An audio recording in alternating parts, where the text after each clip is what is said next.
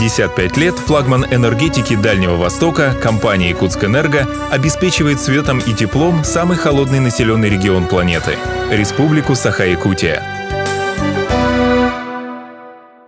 Задача акционерного общества «Энерготранснаб» – транспортное обеспечение предприятий «Якутскэнерго», поставка топлива, оборудования и запчастей. И за свою полувековую историю компания зарекомендовала себя как гарант надежной и своевременной поставки энергогрузов в любую точку Якутии.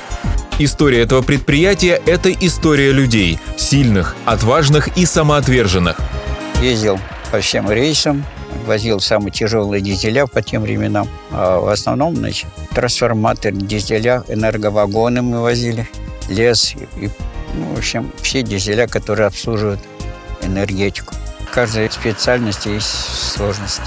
Срывались с макушек подъемов, падали вниз, во овраги и прочее. Но оставались живыми, груз завозили. Аварий почти не было, так чтобы что-то мы не сделали. Ну, а сложности всегда в дороге бывают. Где баллон лопнул, где колесо отвалилось. Человек нескольких эпох, переживший страшные военные годы и ставший свидетелем первого полета человека в космос, Борис Анисимович – один из старейших работников Якутскэнерго. В «Энерготранснабе» работает с первых шагов предприятия, когда оно только начало оформляться в автобазу.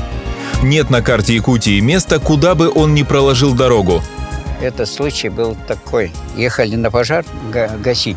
После, небольшой остановки, там где-то перед 100-м километром, я знал, где-то впереди есть спуск крутой. А на этом повороте, я только выехал, у меня выскочило сцепление. Скорость вырубилась. Я обхожу товарища, а оттуда идет УАЗик, полный набитым людьми. Ну, что мне делать? Тормозить я уже не могу остановить, На товарища наезжать тоже. Но я, недолго думаю, в технику вместе с бульдозером отправляю во враг. Там километр 2, наверное, спуск такой был. Как я успел включить, на тормозах бесполезно было держать. И в самом низу мы остановились вместе с бульдозером, вместе с кировцем, вместе с площадкой. И таким путем я технику спас, людей спас, и сам остался живой.